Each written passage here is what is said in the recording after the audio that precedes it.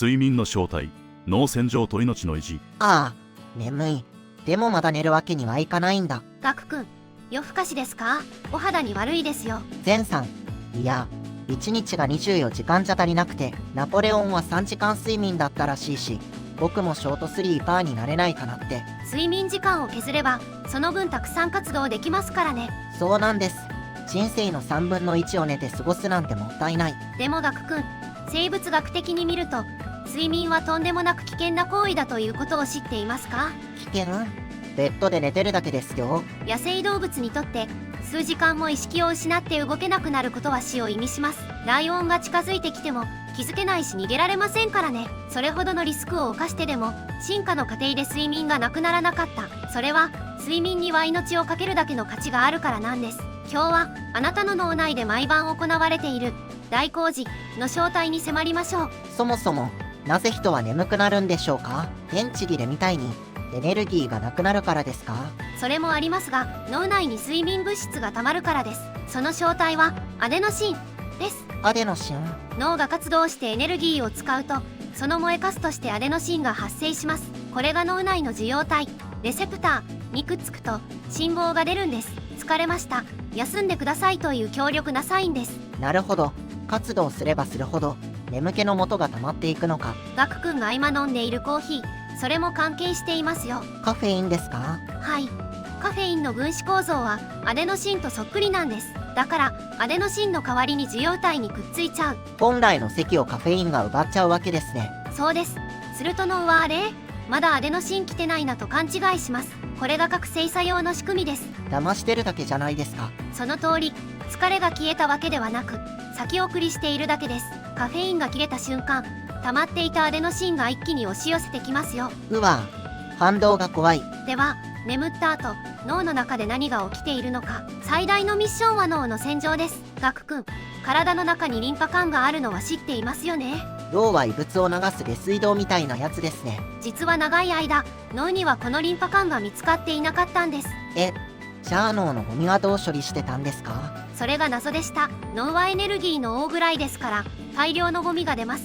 掃除しないとゴミ屋敷になっちゃいますよ。2012年、ついにその仕組みが解明されました。グリンパティックシステムです。私たちが眠ると脳細胞が収縮して隙間ができるんです。脳が縮むんですか？はい、細胞同士の隙間が 60% も広がります。そこに脳脊髄液という洗浄液がどっと流れ込んでゴミを一気に洗い流すんです。まるで高圧洗浄機じゃないですか。この時洗い流されるゴミの一つにアミロイド β があります。聞いたことあります。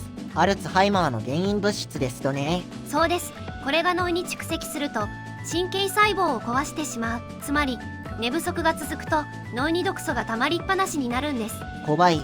ゴミ屋敷どころか毒が数十万じゃないですか。この洗浄システムは起きている間はほとんど働きません。お店が営業終了してからじゃないと大掃除できないのと同じです。睡眠は休んでいるのではなく掃除のために忙しく働いている時間なんです。メンテナンス中だったのか。邪魔しちゃダメですね。次に記憶の整理についてです。睡眠にはレム睡眠とノンレム睡眠があるのは知っていますか？浅い眠りと深い眠りみたいなやつですよね。ざっくり言うとそうです。この2つは役割が違います。深いノンレム睡眠の時は脳のお掃除や嫌な記憶の消去が行われます。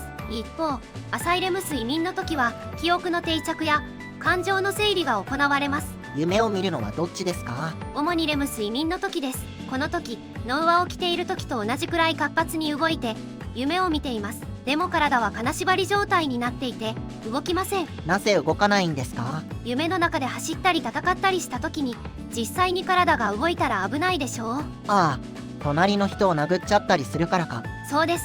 脳が脊髄への信号を遮断しているんです。よくできてるな。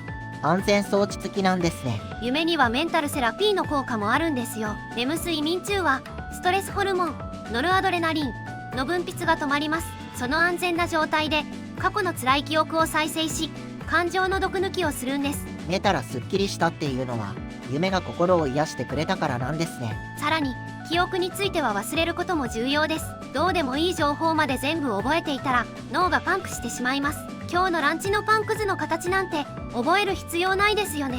確かに睡眠中に不要なデータを削除してるんですね。シナプス甲状腺仮説といって庭木の剪定のように情報を整理しているんです。もし全く眠らないとどうなるんでしょ1980年代に行われたラットの実験では2から3週間で全て死んでしまいました。死因は体温調節不能や免疫系の崩壊でしたが死よりも早かったそうです。う？食事より睡眠の方が大事なのか？免疫といえばワクチンの効果も睡眠で変わるんですよ。注射打てば同じじゃないんですか？ある研究では睡眠不足の状態でワクチンを打つと抗体の量が半分以下になったそうです。寝ないと防御力も下がっちゃうんですね。人間でも1964年にランデイ・ガードナーという高校生が11日間の断眠記録を作りました。死にはしませんでしたが幻覚を見たりパラノイア、妄想状態になったりしました。自分が有名なフットボール選手だと思い込んだりしたそうです。脳がバグっちゃうんですね。さらに怖いのがマイクロスリープです。徹夜明けなどで数秒間だけ脳がシャットダウンする現象です。本人は起きているつもりでも脳は寝ている。運転中に起きたらゾッとしますね。チェルノブイリ原発事故やスペースシャトルの事故も睡眠不足による判断ミスが原因の一つと言われています。でもナポレオンみたいにショートスリーパーの人もいますとね。あれは努力でなれるものじゃないんですか？残念ながら遺伝子で決まっています。DEC2 などの遺伝子に変異があるごく一部の選ばれし人々なんです。人口の 1% 未満だと言われています。 1% 未満。じゃあ僕が真似したらただの慢性的な寝不足の人になります。パフォーマンスが落ちるだけです。がっかりです。才能が必要だったのか。ナポレオンも実は昼寝をしまくっていたという説もありますよ。現代人は睡眠負債を抱えがちです。借金と同じで少しずつ溜まってき、ある日突然破綻します。週末に寝だめすれば返せますか？残念ながら寝だめでは返済できません。むしろ社会的時差ボケを引き起こし月曜日の朝が余計に辛くなります。そうだったのか。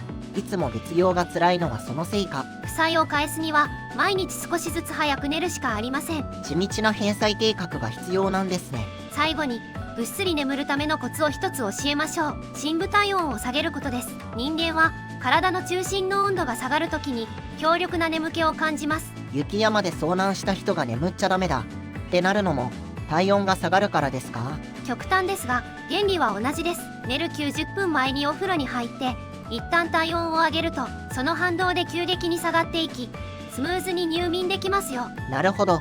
サウナの後の整う感じもそれかな。今日は睡眠という最強のメンテナンスについてお話ししました。寝ることはサボりじゃなくて自己投資だったんですね。その通りです。